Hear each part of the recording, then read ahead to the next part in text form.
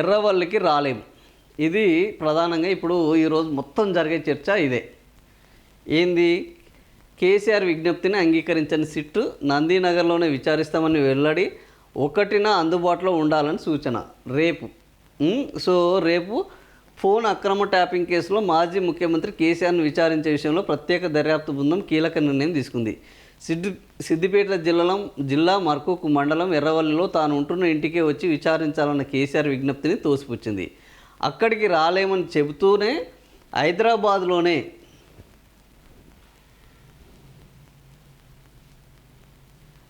విచారణకు హాజరు కావాలని స్పష్టం చేసింది. ఫిబ్రవరి 1వ తేదీ ఆదివారం మధ్యాహ్నం 3 గంటలకు హైదరాబాద్ నందీనగర్ నివాసంలో విచారణకు ఉండాలి అన్నది. ఈసారి తప్పనిసరిగా విచారణకు హాజరు కావాలని స్పష్టం చేసింది.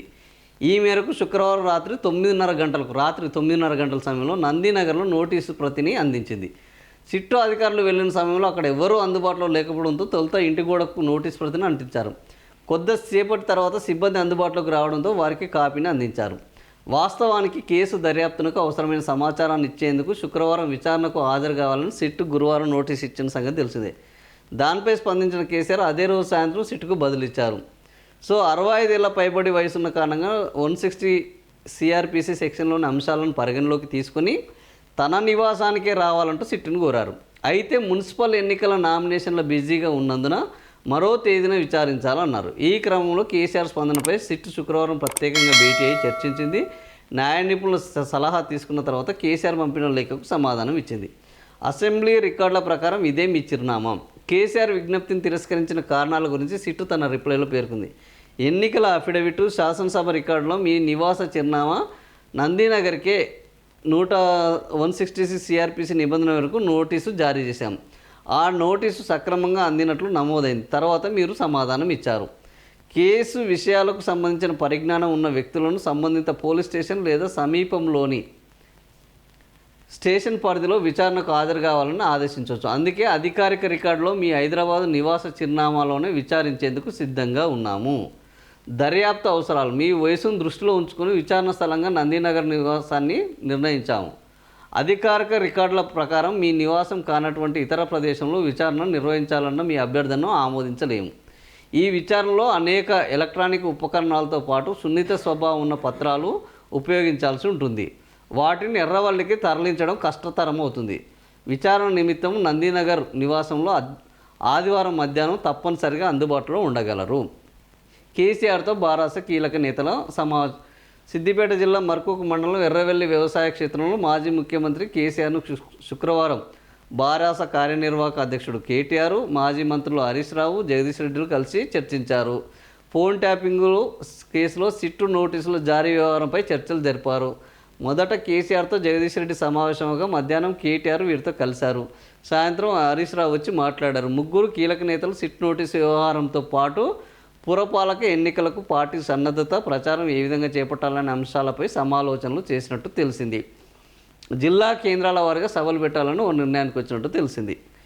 ఇది ఓవరాల్గా ఈరోజు మొత్తం నడిచే డ్రామా. ఈరోజు న్యూస్ ఛానళ్ళల్లో మొత్తము రేపు సాయంత్రం వరకు ఇదే డ్రామా నడుస్తుంది. ఎందుకు అనంటే కేసీఆర్ ఏం చేయబోతున్నారు, కేసీఆర్ రేపు మధ్యాహ్నం 3 గంటలకు హైదరాబాద్కు వస్తారా రారా, హైదరాబాద్కు రాకపోతే కేసీఆర్ రాకపోతే పోలీసులు ఏం చేయబోతున్నారు, అరెస్టు చేసే అవకాశం ఉందా, అరెస్టు చేసే పరిస్థితుల్లో కేసీఆర్ను ఎర్రవల్లి ఫామ్ హౌస్ నుంచి హైదరాబాద్కు తీసుకొచ్చే ఇప్పుడు భద్రతా ఏర్పాట్లు పోలీసులు ఈ మున్సిపల్ ఎన్నికల సమయంలో చేస్తారా, ఇట్లాంటి అనేక ప్రశ్నలు ఇప్పుడు జనాల మెదడులో మోగుతున్నాయి. కానీ నాకు తెలిసినంతవరకు కేసీఆర్ ఎర్రవెల్లిలో ఒకవేళ ఆయన ఎర్రవెల్లిలోనే భీష్మించుకొని కూర్చుంటే ఆయనను అరెస్టు చేసి హైదరాబాద్కు తరలించే పరిస్థితిలో ఈరోజు తెలంగాణ ప్రభుత్వము రేవంత్ రెడ్డి నాయకత్వంలో ఉన్నదా అంటే లేదు అనే చెప్పవచ్చు. ఎందుకంటే ఎర్రవల్లి నుంచి హైదరాబాద్ వరకు కేసీఆర్ని తీసుకురావాలంటే పెద్ద ఎత్తున కార్యకర్తలు ఎక్కడికెక్కడ అడ్డుపడే అవకాశం ఉంటుంది, ధర్నాలు చేసే అవకాశం ఉంటుంది, నిరసనలు చేసే అవకాశం ఉంటుంది, దాడులు జరిగే అవకాశం కూడా ఉంటుంది. ఇంత పెద్ద ఎత్తున వ్యతిరేకంగా, జనాలకు వ్యతిరేకంగా కేసీఆర్ను అరెస్ట్ చేసి ఇందులో సాధించేది ఏమున్నది? సరే, ఇదో పెద్ద అవినీతి కేసు, ఇందులో దేశాన్ని మొత్తం ఆర్థికంగా కొల్లగొట్టారు, ప్రజల యొక్క ధనం మొత్తం దోచుకున్నారు, ఇంకా ఈ దోపిడీని మేము భరించలేము అని ఈ దాన్ని ఒకవేళ చూశారు అని అంటే నిజంగానే ఆర్థిక కుంభకోణము అనుకోవచ్చు. లేదా ఒకరిని కక్ష సాధింపు చర్యల్లో ఒక 10 మందిని వీళ్ళు అక్రమంగా చంపేశారు, ఈ చంపిన వాళ్ళకు కూడా ఇంకా క్షమాభిక్ష ఏంది అని అనుకుంటే జనం నుంచి ఒక స్పందన రావచ్చు. ఇట్లాంటి నేరస్తులను ఇట్లాంటి శిక్షలు వేయాల్సిందే. ఇక్కడ జరిగింది ఏంది? Phone tapping. ఇప్పటికే ఫోన్ ట్యాపింగ్ వ్యవహారంలో సుప్రీంకోర్టు వీళ్ళకి ఏం సంబంధం లేదు, వాళ్ళని ఊకే పిలవద్దు, ఇబ్బంది పెట్టొద్దు అని చెప్పింది. అయినా సరే సిట్ 2 వేశారు, ఫోన్ ట్యాపింగ్ కేసును మళ్ళీ రీఓపెన్ చేస్తున్నారు. ఈ విషయంలో సావధానంగా వెళ్ళి విచారణ చేస్తే ప్రభుత్వానికి మంచి పేరు వస్తుందా, లేదా ఈ దాన్ని ఒక పెద్ద ఆందోళనగా మార్చి ఒక వాళ్ళలో బీఆర్ఎస్ కార్యకర్తలు దాడులకు పూనుకునేటట్టు వాళ్ళని రెచ్చగొట్టి ఒక శాంతి భద్రతల సమస్యగా చిత్రీకరిస్తే, శాంతి భద్రతల సమస్యగా మారిస్తే ఇది ప్రభుత్వానికి మేలు చేస్తుందా, నష్టం చేస్తుందా? శాంతి భద్రతలు దెబ్బతింటే అది ఎవరి వైఫల్యంగా జనాలు గుర్తిస్తారు. ఈ ఫోన్ ట్యాపింగ్లో ఇంత అర్జెంటుగా ఒక్కరోజు లేట్ అయినా, ఒక్క 50 కిలోమీటర్లు అటు ఇటు అయినా కూడా మేము భరించలేము అన్న స్థాయికి ప్రభుత్వం పోతే ఇది బీఆర్ఎస్కు అనుకూలంగా మారుతుందా, కాంగ్రెస్కు అనుకూలంగా మారుతుందా? కేసీఆర్ను ఈ ఫోన్ ట్యాపింగ్ వ్యవహారంలో అరెస్టు చేస్తే జనాలు దీన్ని రాజకీయ కక్షగా చూస్తారా, ఆయనకు వేసే శిక్షగా చూస్తారా? ఇలాంటి అనేక ప్రశ్నలు జనాల మదిలోకి వస్తాయి. నాకు తెలిసినంత వరకు ప్రభుత్వం అంత సాహసం చేస్తుందని నేను అనుకోవట్లేదు. ఎందుకు అంటే బీఆర్ఎస్ కార్యకర్తలు అక్కడి నుంచి ఇక్కడ వరకు అడుగడుగున అడ్డుపడి వాళ్లకు లేని ఒక ఆయుధాన్ని మున్సిపల్ ఎన్నికల సమయంలో ఇచ్చినట్టు అవుతుంది. ఇది ఒక పెద్ద సానుభూతి అంశంగా మారుతుంది. కేసీఆర్ను అరెస్టు చేస్తాము, కేసీఆర్ను ఇబ్బంది పెడతాము, కేసీఆర్ను పోలీసులు తీసుకొని ఒక వాహనంలో పెట్టుకొని పోవడము అంటే బీఆర్ఎస్కు పల్లెంలో పెట్టి మున్సిపల్ ఫలితాలను ఇవ్వడమే. అంతకు మించింది ఎందుకంటే ఆల్రెడీ బీఆర్ఎస్ పట్టణ ప్రాంతాల్లో చాలా బలంగా ఉన్నది. మొన్న కాంగ్రెస్ గెలవడానికి కారణము rural sector, not urban sector. So urban సెక్టర్లో బీఆర్ఎస్ పాలనలో బ్రహ్మాండమైన మౌలిక వసతులు డెవలప్ అయినాయి. పట్టణాల్లో ఉన్న చాలామంది హ్యాపీగా ఫీల్ అయ్యారు. ఇప్పుడు కాంగ్రెస్ మీద తీవ్ర వ్యతిరేకతతో కూడా ఉన్నారు. ఇప్పుడు బీఆర్ఎస్ని కేసీఆర్ని, ముఖ్యంగా బీఆర్ఎస్లో కేటీఆర్ను అరెస్ట్ తెరువు పోయిన పెద్ద ఉంటుందో ఉండదో అది వాళ్ళ తెరువు పోయినప్పుడు తెలుస్తుంది తప్ప, కానీ కేసీఆర్ విషయంలో మాత్రము కేసీఆర్ను అరెస్టు చేసి ఫోన్ ట్యాపింగ్లో తీసుకొచ్చే విషయంలో ప్రభుత్వం కనుక దూకుడు చర్యలకు వెళ్తే దాని పరిణామాలు మాత్రం చాలా తీవ్రంగా ఉంటాయని చెప్పొచ్చు. ఎందుకంటే తెలంగాణ ప్రజలంటే కేవలం బీఆర్ఎస్ఏ కాదు. ఈరోజు తెలంగాణ ప్రజలంటే ఈవెన్ కాంగ్రెస్లో ఉన్నవాళ్ళు, బీజేపీలో ఉన్నవాళ్ళు కూడా కేసీఆర్ని అరెస్టు చేయడాన్ని అంగీకరించే పరిస్థితి ఉండదు. అది కూడా ఫోన్ ట్యాపింగ్ వ్యవహారంలో ఇప్పటికీ 2 ఏళ్ళైనా ఏమి తేల్చని వ్యవహారంలో. ఇందులో ఇప్పటికే రేవంత్ రెడ్డి నా ఫోన్ ట్యాప్ కాలేదని ప్రకటించుకున్నాడు. సెలబ్రిటీల ఫోను ట్యాపులు కాలేదని ఆల్రెడీ పోలీసులే అధికారికంగా చెప్పేశారు. ఇలాంటి ఏమీ లేని ఈ ఫోన్ ట్యాపింగ్ వ్యవహారంలో కావాలని కనుక రేపు కేసీఆర్ను అరెస్టు చేస్తే తెలంగాణ జనం ఖచ్చితంగా తిరగబడే ప్రమాదం ఉంటుంది. ఇది ప్రభుత్వానికి ఒక తీరని ఇబ్బందిగా మారే అవకాశం ఉంటుంది.